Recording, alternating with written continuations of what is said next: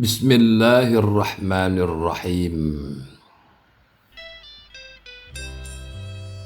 Wahai para hamba Allah dan orang-orang yang dipaksa ditarik kepada jalan-jalannya untuk mengabdi kepadanya dengan segala kucuran rahmat karunia, ketahuilah bila kamu dalam suatu keadaan wacana doamu, wacana doamu adalah kamu dalam suatu wasilah, dalam satu jalan, dalam satu keadaan dan pada kehendak dan dalam pandanganmu berharap kepada Allah dalam suatu keadaan kehendak, yaitu doa. Maka perhatikanlah batinmu. Adakah batinmu berharap kuat kepada Allah dan kamu mempunyai rasa takut bila tidak dikabulnya doamu? Maka pahamilah hakikat daripada keadaan ini,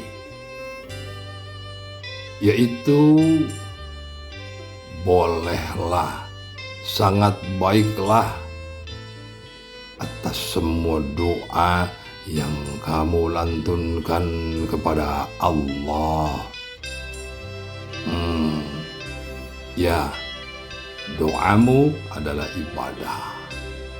Doamu adalah taqarrub ila Allah. Doamu adalah menghasilkan derajat di sisinya. Doamu akan mendatangkan fadilah. Doamu menolak bala dan musibah. Doamu adalah kemudahanmu dalam kehidupan di dunia ini. Doamu melingkup segala keadaan kehidupanmu dunia dan akhiratmu. Maka siapa yang tidak mau berdoa, maka celakalah ia. Sirul batin, perjalanan batin di antara mujahadah batin adalah melaksanakan doa. Doa adalah satu perjalanan mujahadah batinmu kepada Allah. Ia menetap dengan segala keadaan yang pada hakikatnya doa adalah Allah menghendaki memberikan karunia, fadilah dan rahmatnya, atau Allah menghendaki menyelamatkanmu, menolakmu dari suatu musibah atau bala atau hal-hal yang buruk terhadap dirimu atau keluargamu atau perjalanan hidupmu dan lain-lain semuanya.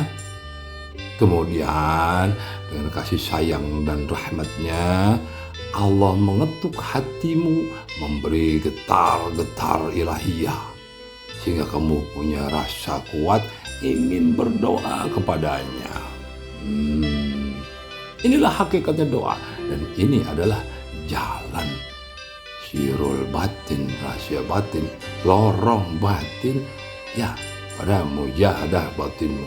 Maka ta'zimkan doa itu, agungkan bila kamu mampu dan kamu kuat diberi jalan doa oleh Allah. Maka pada hakikatnya barang siapa yang mampu berdoa kepada Allah dengan baik dan istiqomah, pada hakikatnya Allah sudah menyiapkan karunia yang akan diberikannya. Sebab yang tidak akan diberi karunia, ya, pemberiannya, maka dia tidak akan memberikan rasa ingin berdoa kepadanya. Dan tidaklah orang yang bermain-main dengan doanya kecuali orang-orang yang lalai, ya, orang yang hatinya tidak ada, ya, tidak ingat, ya, tidak zikir pada Allah. Orang-orang yang khusyuk adalah orang-orang yang menetapkan doanya kepada Allah dengan ta'zim. Pada siangnya, pada malamnya, berharap rahmat karunia-Nya dengan rasa takut dan berharap cemas. Dan ketahuilah seperti yang sudah disebutkan bahwa doa adalah salah satu jalan mujahadah batin. Ya,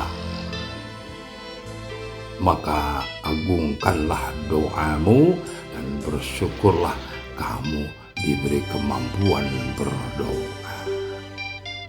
Maka berbeda keadaan doa orang-orang awam, orang-orang lalai, doa orang-orang yang mengikuti hawa nafsunya. Doa mereka bukanlah dari karunia Allah, bukanlah dari ketukan hatimu. Ya, Allah mengetuk hatimu. Allah memberikan getar rasa untuk berdoa.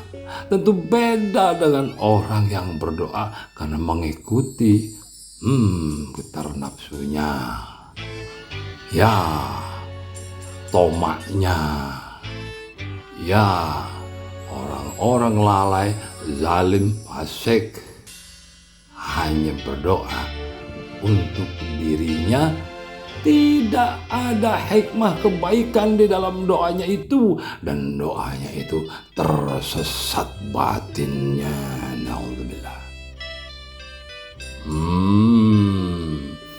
Maka perjalanan doa yang benar, wahai para hamba Allah dan orang-orang yang ditarik kepadanya, dari yang mereka yang bertobat, yang bertakwa pada Allah.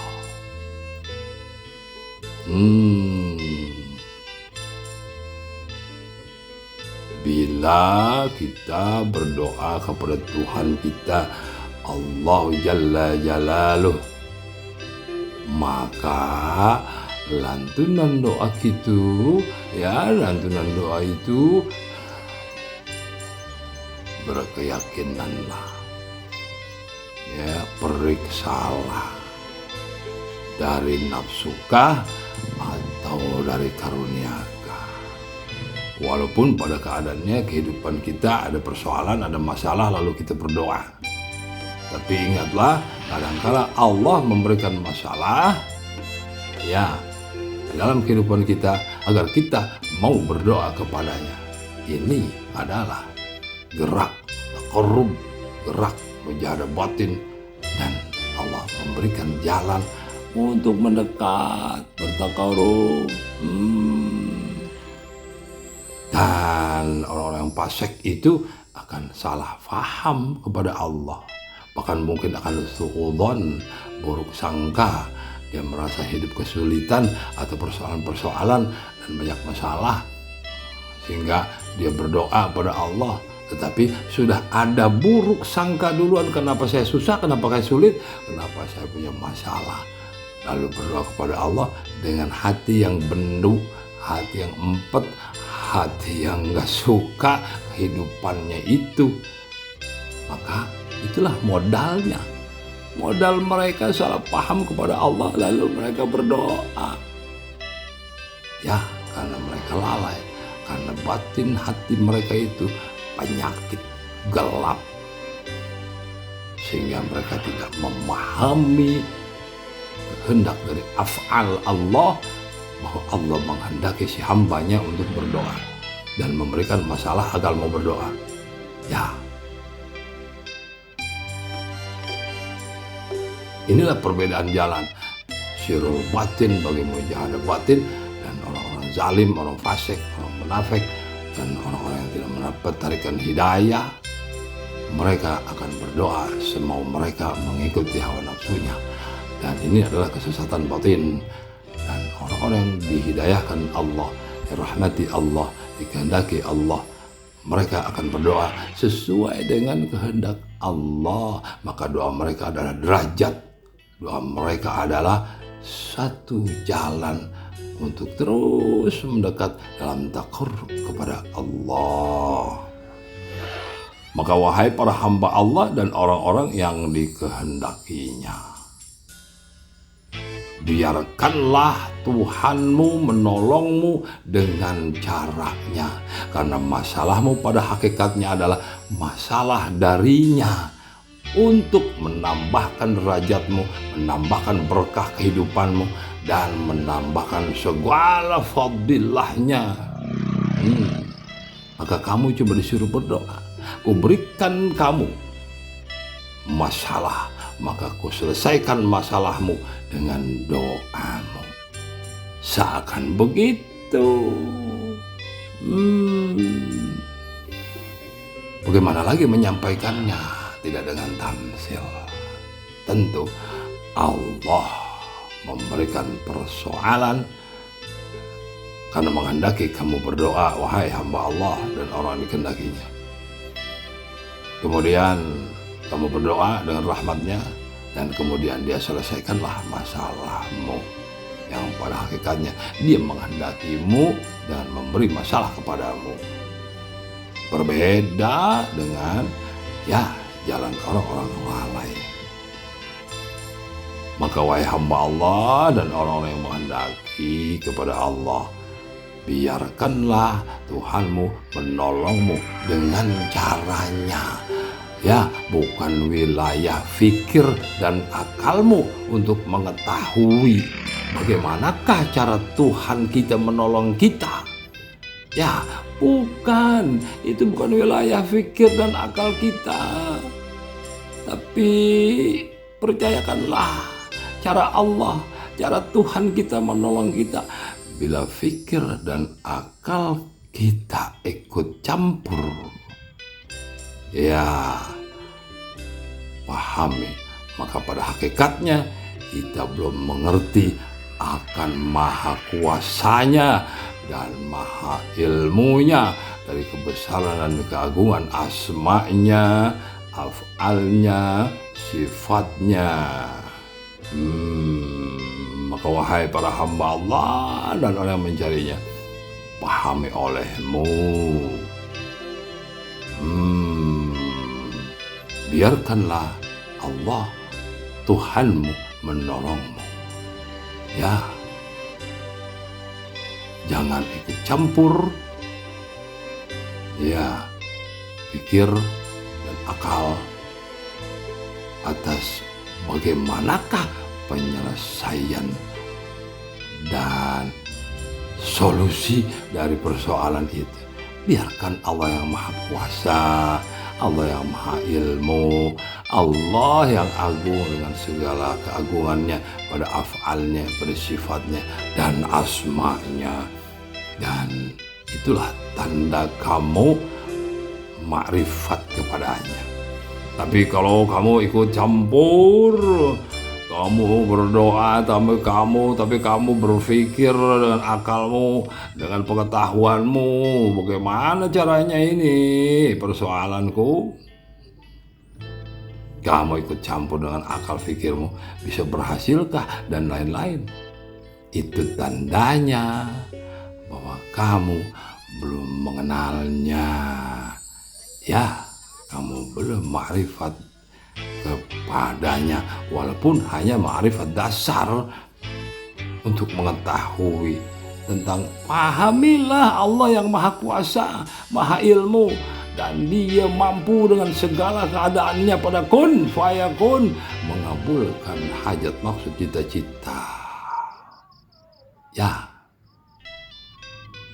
Karena dia adalah Tuhan pada rububiyahnya, Dialah yang menetapkan hak ketuhanan bagi dirinya dan bagi semuanya. Karena dialah la ilaha illallah. Dialah uluhiyahnya dan Rabbul Alamin. Ya alhamdulillahi Rabbil Alamin. Ya Rabb. Rabb. Dia Tuhan Rububiyah yang menciptakan, yang mengurus, yang memberi rezeki, yang menyelamatkan, yang mengamankan, dan merahmati, dan semuanya adalah dialah Rabb. Dan bila kamu tetap ikut campur, ya kamu akan ikut campur bila memang kamu tidak paham siapa dia. Maka orang seperti ini tidak akan pernah ditolong oleh Allah. Assalamualaikum warahmatullahi wabarakatuh. Alhamdulillah. Allahumma salli wa sallim ala rasulillah Sayyidina Muhammad ibn Abdullah. La hawla wa la quwwata illa billah. Para hamba Allah dan orang-orang yang dikehendaki baik, ditarik dipaksa baik, subhanallah. Dan para hamba, ya para saudara mukmin yang bertaubat dan ingin kembali kepada Allah, tentu sebagai orang-orang yang mengerti, memahami akan zat ketuhanan Allah, bahwa dialah Tuhan yang tidak Tuhan lain selain dia, dan dialah Rabb yang merawat, mengurus, bahkan dialah yang menciptakan seluruh keadaan yang dikatakan alamin, makhluk. Pemahaman dan keimanan atas suatu keadaan dari amal pada hak zahir dan batin, yaitu satu amal doa pada pengucapan, ya pada lisan, dan penetapan doa pada hak batin, dan harapan-harapan kepada Allah, dan rasa gelisah ketakutan bila doa itu tidak dikabulkan dengan kecemasan. Maka bila ada hal ini padamu di dalam perjalanan sirul batinmu, dalam mujahadahmu, hak kamu termasuk orang-orang yang menetap pada hak, ya pada kebenaran. Maka yang kedua adalah bila kamu mempunyai keyakinan yang menetap kepada Allah atas doamu itu, dan tidak ada terombang-ambing dengan kegelisahan. Kamu yakin dengan mempercayai sepenuhnya bahwa Allah lah Rabb, dan menetaplah itu tidak berguncang dengan segala ahwal kehidupanmu, istiqomah dalam batinmu, dan tenang hatimu, tentram, maka kamu berjalan dalam doamu itu dengan hak. Dan yang ketiga, kamu mempunyai prasangka yang baik kepada Allah, bahwa semua persoalan hidupmu sehingga kamu harus berdoa adalah rahmat karunia Allah. Maka tiga keadaan ini adalah sebagai tiga kekuatan bagi mujahadah batinmu atas suatu perjalanan doa. Dan bila tidak ada hal seperti ini, maka benar lemahlah imanmu, bahkan kamu adalah rusak, fasid, banyak hal-hal batin dan pikiranmu yang kotor, jorok dan najis, dan kamu terombang-ambing, dan kamu adalah orang-orang yang lalai, sebab kamu tidak mampu menetap pada tiga keadaan ini di dalam doamu.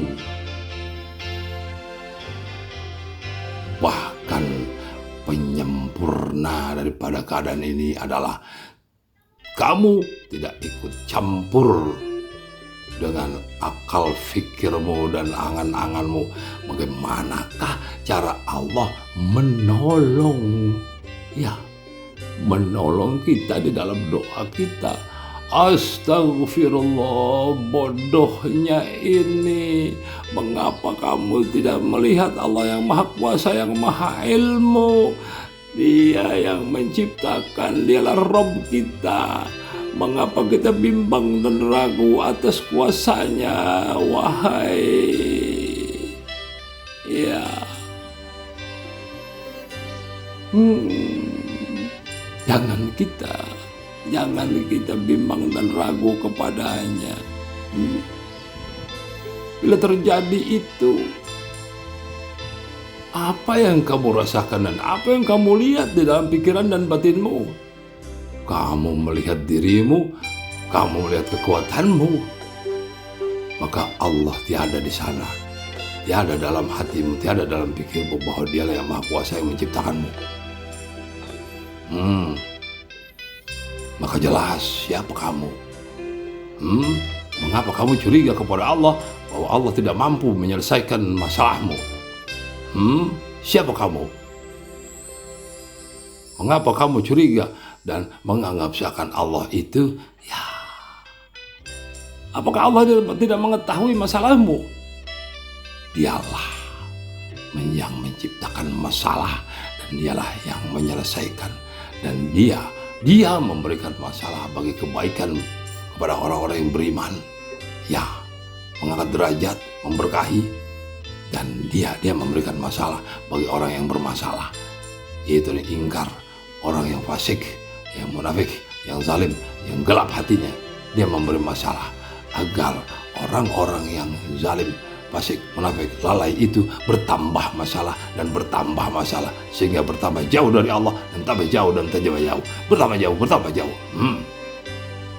Sedangkan mereka yang beriman dan beramal soleh dan mereka menetap pada istiqomahnya kepada Allah, ya, dengan masalah dari Allah, lalu bertakarub dengan doanya, dan Allah mengabulkannya, bertambahlah imannya, kuatlah keadaannya, dan dia melihat hafal Allah yang luar biasa indahnya, mengabulkan dengan rahmatnya.